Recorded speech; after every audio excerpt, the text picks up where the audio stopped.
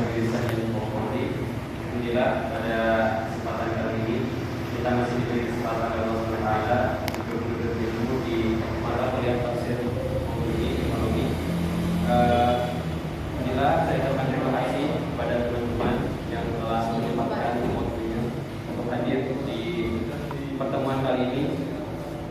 Sebelum itu dan ada teman saya dan ada juga Kak Denza yang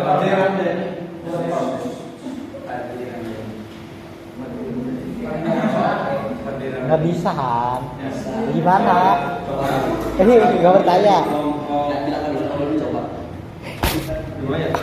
Ya, dua akan mempresentasikan terkait tafsir ayat produksi dan adabnya. Awas lu. Jatuh ke apa ya? Sebelum kita mulai, alangkah baiknya kita membaca presentasi agar acara kita presentasi kali ini dapat berjalan dengan lancar.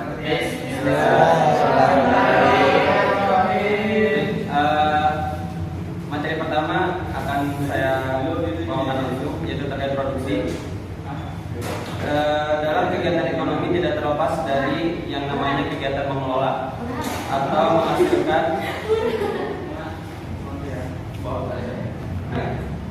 menghasilkan sesuatu dan mendistribusikan, memanfaatkan, sehingga dalam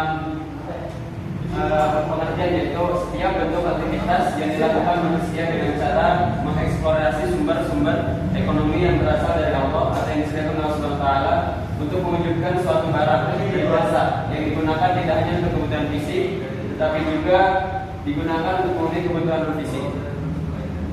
Sebelum itu, kata produksi berasal dari bahasa Inggris yang artinya production, yang artinya penghasilan, atau secara istilah kata ini dimaknai dengan tindakan dalam membuat komoditi atau barang-barang maupun jasa.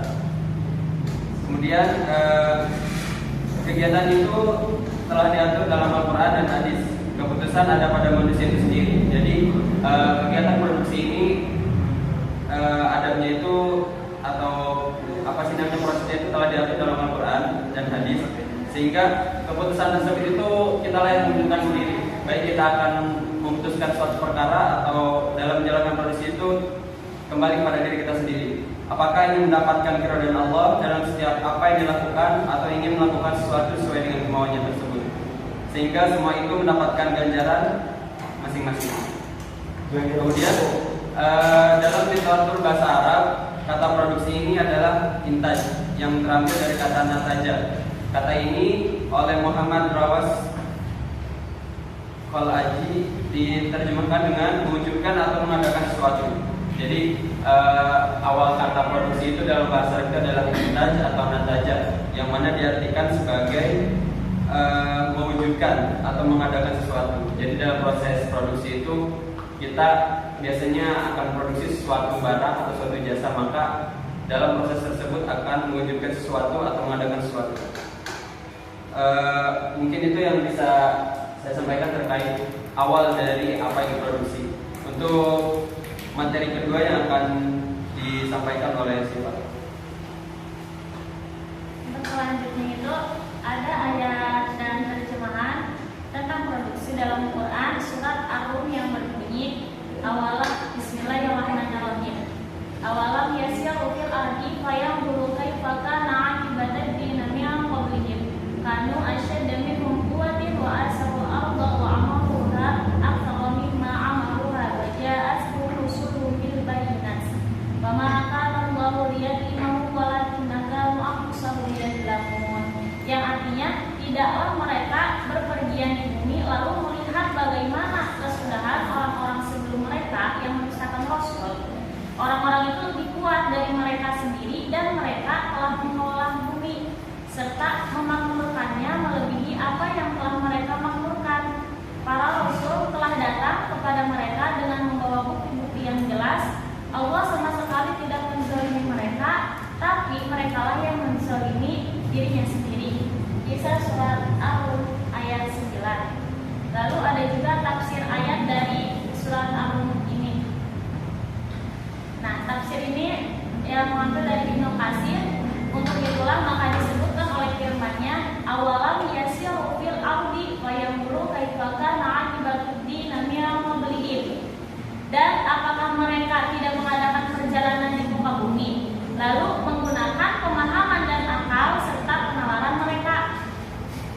juga menggunakan pendengaran mereka untuk mendengar kisah-kisah umat-umat terdahulu dan memperhatikan bagaimana akibat yang diderita oleh orang-orang yang sebelum mereka.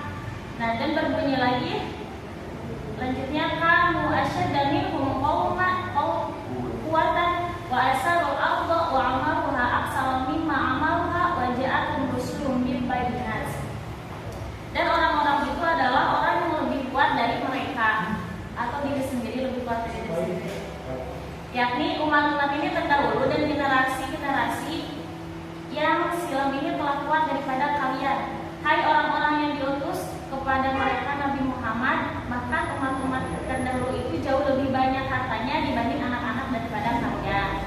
Dan mereka juga sempat membangun dunia dengan membangun bangunan yang tinggi dan meramaikan dunia lebih banyak daripada kalian. Bahkan mereka juga mengelola dan menggarapkannya jauh lebih banyak dari apa yang kalian garap. Dan mereka berbangga diri apa yang telah mereka capai di kehidupan. Lalu berbunyi lagi, "Fama kana Allah liyadlimahum walakinna kanu anfusahum yadlimun." Maka Allah ini mengazab mereka disebabkan dosa-dosa mereka. Akhirnya tiada seorang pun yang dapat melindungi mereka dari azab Allah. Harta benda ini dan anak-anak mereka ini sama sekali tidak dapat menyelamatkan mereka dari pembalasan Allah. Maksudnya tiada lain yang menimpa diri mereka hanyalah akibat dari perbuatan mereka sendiri. Selanjutnya akan dilanjutkan oleh teman saya.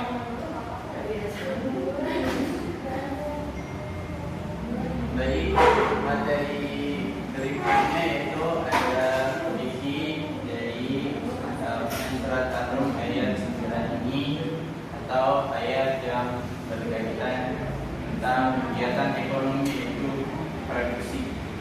Yang pertama, memproduksi sesuai dengan hukum syariat. Manusia yang telah memiliki akal diberikan kesempatan untuk mengelola seluruh alam ini dengan sebaik-baiknya sesuai dengan ketentuan syariat. Setelah Allah telah menciptakan generasi pertama yaitu Adam, kemudian kegiatan produksi tersebut dilanjutkan lagi oleh generasi berikutnya. Kemudian kemajuan di bidang produksi dalam Islam. Islam selalu mendorong kemajuan di bidang produksi. Yusuf Qaradawi berpendapat bahwa Islam membuka lebar penggunaan metode ilmiah yang didasarkan pada penelitian, eksperimen, dan perhitungan. Tapi Islam tidak membenarkan pemenuhan terhadap hasil pada ilmu pengetahuan dalam arti melepaskan diri dari Al-Quran. Jadi tetap bahwa Al-Quran dan hadis adalah sumber hukum yang utama. Kemudian karya ilmiah, ilmu pengetahuan itu haruslah sejalur atau selaras dengan isi kandungan yang ada di dalam Al-Quran dan Al-Hadis. Kemudian dalam hal teknik produksi, segala teknik produksi dalam Islam diserahkan kepada keinginan dan kemampuan atau ahli bidangnya masing-masing. Karena dalam hal teknik produksi mungkin dari setiap generasi ke generasi berikutnya, dari zaman ke zaman pasti mengalami perubahan, ya, karena perubahan adalah sebuah keniscayaan. Seperti teknik produksi yang dulu dan sekarang sudah pasti berbeda, ya, karena zaman berubah dan teknologi berkembang seiring waktu. Dalam hal ini, ya, Islam menanggapi seperti apa yang Nabi pernah berkata, antum a'lamu,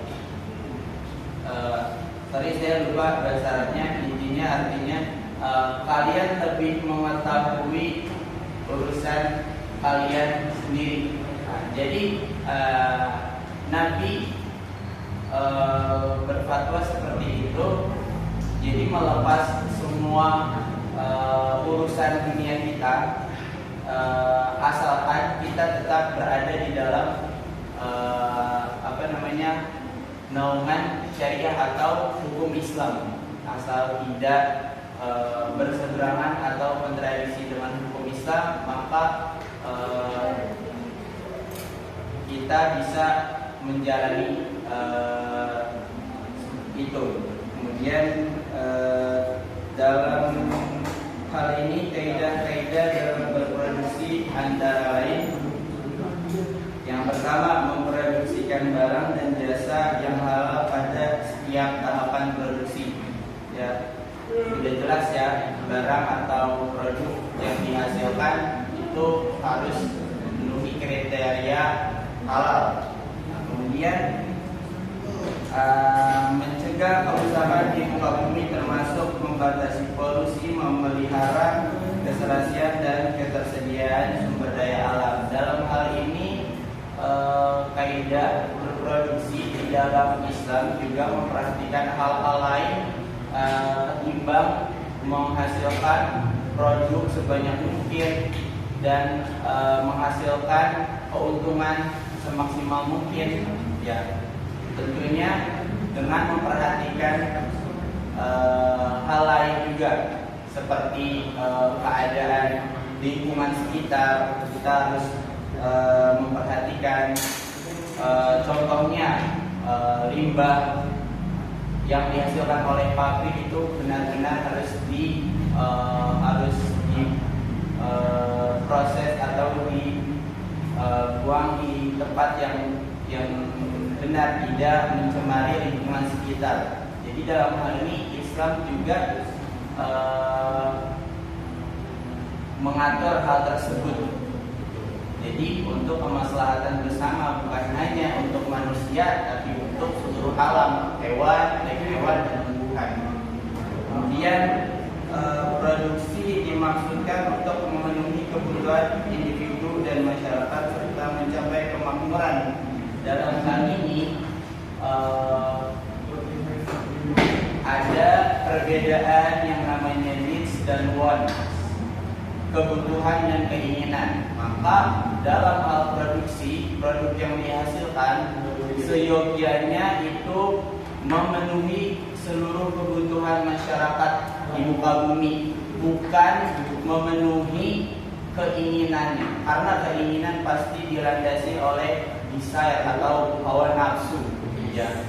Jadi yang harus diutamakan adalah kebutuhan, bukan keinginan.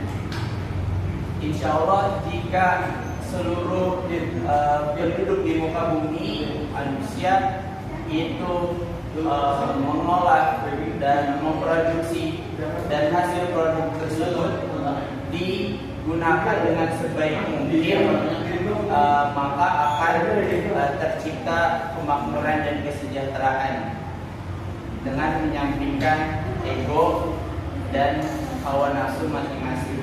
Kemudian dalam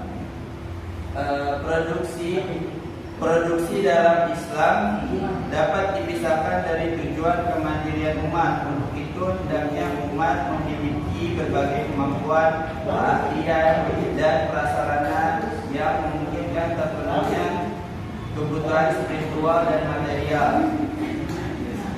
juga terpenuhinya kebutuhan pengembangan peradaban, di mana dalam kaitan tersebut para ahli fikih memandang bahwa pengembangan di bidang ilmu, industri, perdagangan, keuangan merupakan fardu kifayah yang dengannya manusia bisa melaksanakan urusan agama dan dunianya masing-masing.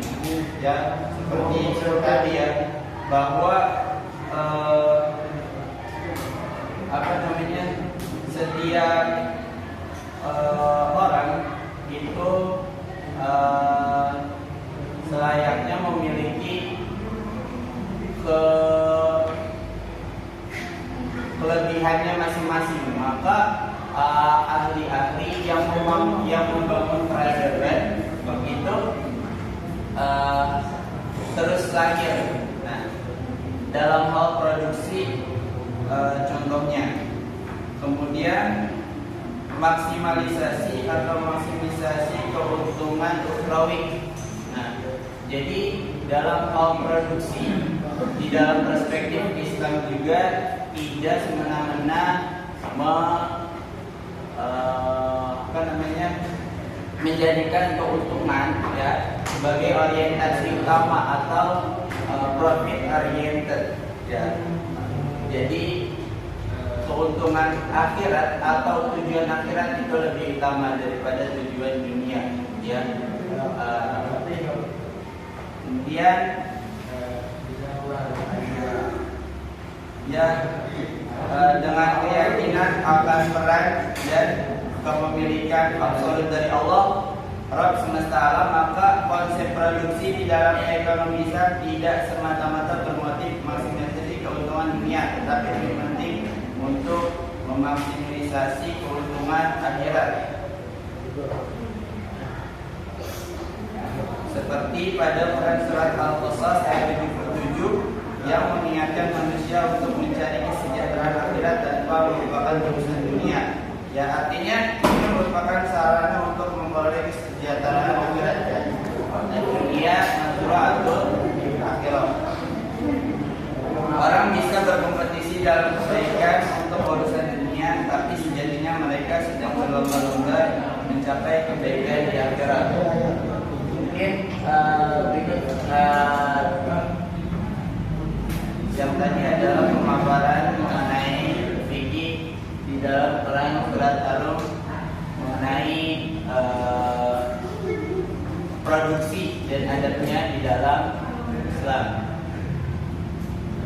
Mungkin cukup sekian dari kelompok kami.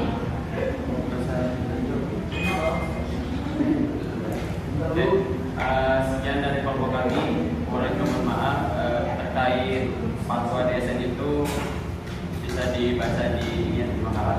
Fatwa DSN bisa dibaca di makalah ya. Fatwa